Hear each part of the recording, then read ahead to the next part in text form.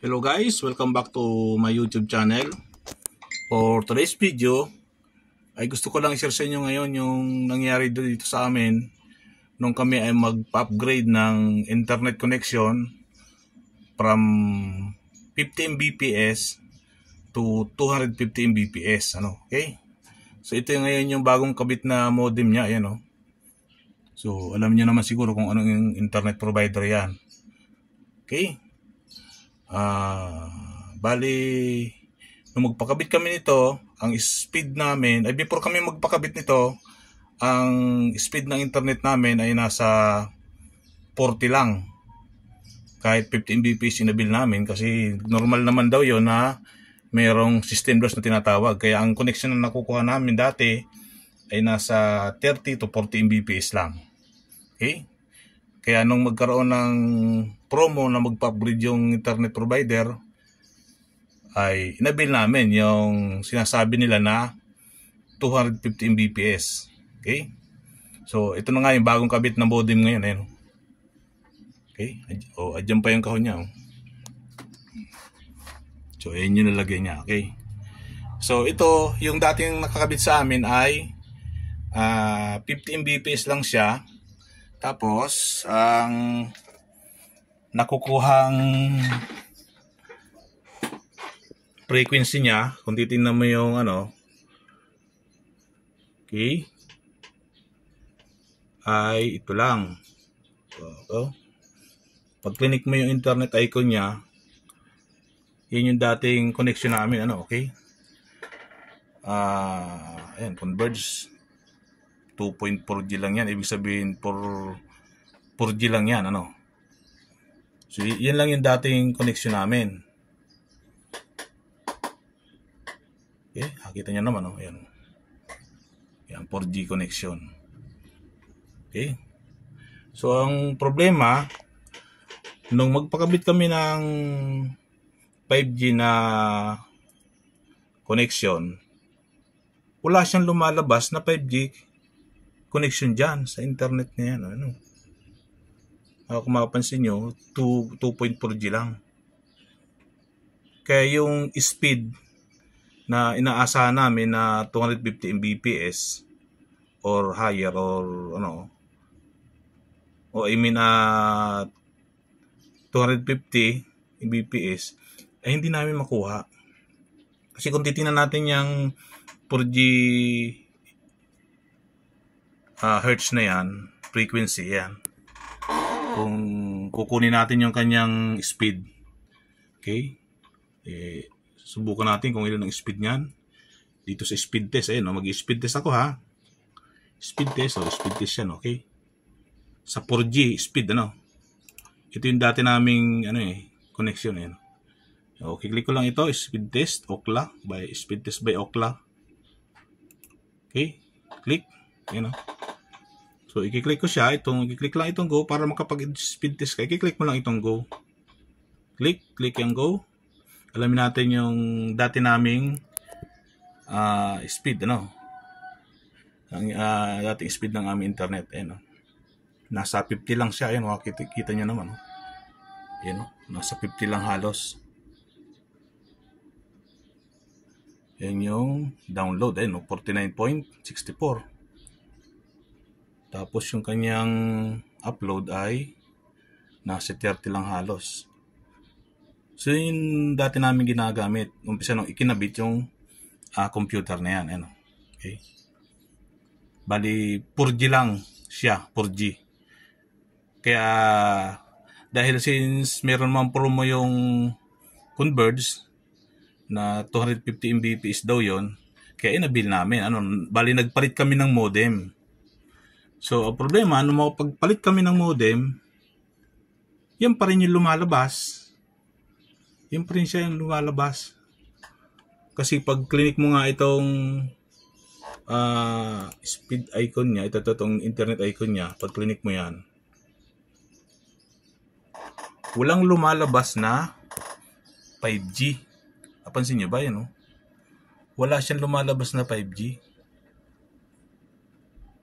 Kaya nung una ay medyo sumakit ang ulo ko kasi paano namin ma-avail yung 5G na sinasabi nila kung dito sa internet icon na ito, wala naman lumalabas na 5G. 2.4G lang, oh. So, ibig sabihin, useless yung pagpapa-upgrade namin dun sa 5G modem na yon, ano. Kasi ulitin ko lang, ito ay 5G modem na daw ito. Pwede siya sa 4G modem, pwede siya sa 4G frequency, pwede rin siya sa 5G frequency. Pag 4G ang frequency mo, yun lang ang makukuha. 50 Mbps lang. Pero kapag nakuha mo yung 5G frequency, makukuha mo yung 250 Mbps pataas. Diba? So ngayon, kung titignan mo, may problema ng malaki ito. Kasi wala naman lumalabas dito nga na 5G hertz. Okay? Yan, yan, yung mga internet ng mga ibang kapitbahay namin yan. So ito yung internet na nakusagap niya ngayon. Nakakonect tayo ngayon, okay? So kaya medyo sumakit ang ulo ko nung mapansin kong ganyan sitwasyon. Pero may napansin ako dito sa computer namin. Since wala naman kasing sinabing technician kung ano yung dapat gawin. Itong kulay puti dito sa harapan ng computer, ayan, oh. Ito. Ang sabi ni Mrs. Ang tawag daw diyan ay D-Link. Bali yan yung pinaka-adapter para masagap kung ano ang internet ng modem. Okay? Yan, oh. Yan, D-Link, oh. Yan. Pwedeng nakakabit sa likuran o kaya dito sa harapan. So itong CPU na to, nakakabit siya dito sa harapan. Okay? Yan. So pwede rin siya nakakabit dito sa likuran. Ayan, pwede rin daw nakakabit yan dyan. Pwede rin naman dito. Okay? So ang gagawin ko ngayon, yung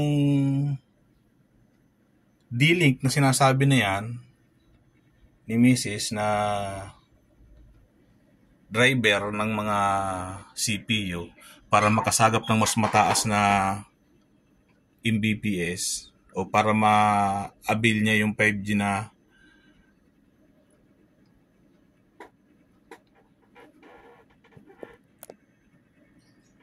inabil namin. Ayan, oh. Susubukan ko ngayon yan ay palitan. Okay, papalitan natin yan, ha. Bali, kinuha ko na yung isang D-Link dun sa aming CPU sa taas. At susubukan ko yung palitan. Okay? Yan. Ito na. Ayan, oh. Meron kong hawak na isang D-Link dito. Ayan. Para siyang USB. Kung titingnan mo siya, para siyang USB. Oh. Ayan, oh. So, ang tinignan ko ang presyo nito sa Lazada, ang presyo nito ay naglalaro sa 2,000 to 2007. Bali, pinaka-adapter siya para masagap niya yung frequency ng modem na yun. Okay? So, susubukan natin, ha. Okay, ulitin ko lang, ha. Sa ngayon, hindi ko pa ito nakakabit. Ang internet natin ay 4G pa rin. Ayan, 4G. Okay? 4G siya, okay? So, wala yung 5G na hinahanap namin. Okay? So, subukan kong tanggalin ito, ha. Itong isa. Itong kulay puti. Itong D-Link na po na sinasabi. Ayan. Subukan ko siyang tanggalin, okay? So, natanggal ko na. So, ilalagay ko lang dito. Okay? So, tanggal ko na siya. So, tapos, natural, wala na yung internet niya. Ayan, wala na. Ayan, nakakita niyo naman, kulay bilog na siya. Naghugis bilog na, I mean. Ibig sabihin, walang internet yan. So ngayon, ikakabit ko naman itong, ayan, ito. Ikakabit ko itong isa na D-Link. Ito yung D-Link na nasa CPU namin sa itaas. Okay? Subukan natin, ha? Try natin. Kung anong mangyayari.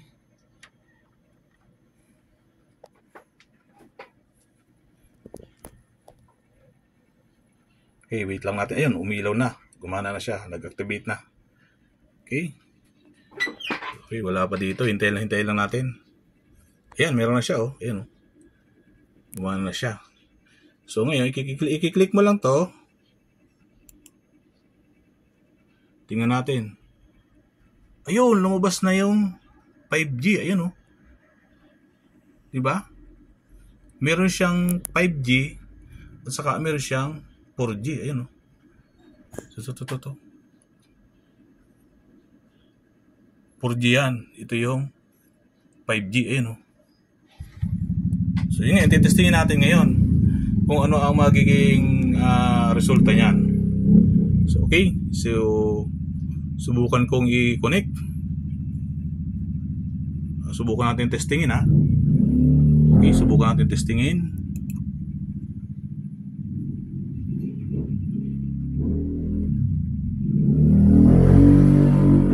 Ayun, oh. Tumaas na nga siya, oh. 250 na, oh.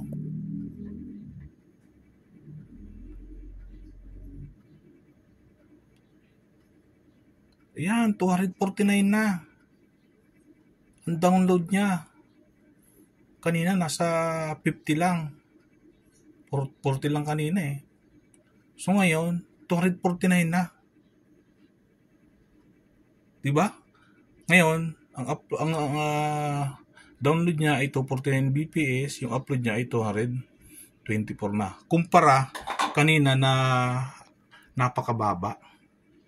So, ibig sabihin, kung ikaw ay magpapa-upgrade ng modem from 4G para to 5G, kinakailangan mo ang D-Link. Ayan, yung D-Link na yun. Yung nakakabit na yun. Yung kabit na yun. Ito yung nakakabit kanina. Itong puti na to. Ito ay 4G lang. So, yun, nakakabit na yun. Pwede siya sa 4G at saka sa 5G. Diba? Yun ang pakinabang niyan. Ibig sabihin, kung wala kang ganitong D-Link, hindi mo magagamit yung modem na yun na 5G kung nagpa-upgrade ka. Kaya obligado kang mag-provide niyan kung magpapa-upgrade ka ng modem from 4G to 5G. Okay? So, available naman yan sa Lazada o kaya sa anumang mga computer shop na meron yan. Ang presyo niyan ay tiningnan ko na yan, research ko, ay nasa 2,000 hanggang sa 2,500. So unless meron kang mabibili na mas mura, di mas magaling. Okay? Yun lang guys ang ating for today's video. At sana ay kung may natutunan kayo sa video ito, ay pakisuyo yung paki-like naman ang video ito at paki-subscribe na rin sa aming YouTube channel at paki-press mo yung notification bell para maging updated ka pa sa aking pang mga i-upload na video dito sa aming YouTube channel. Yun naman guys ang ating for today's video. Maraming salamat sa iyong panonood. Okay. Pangalawang speed test. 247 yung kanyang download.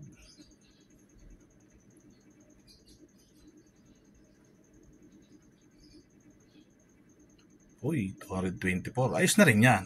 Kumpara doon sa 40 Mbps na dati namin ginagamit ng mga nakaraan. Di lamang guys at maraming salamat sa iyong panonood.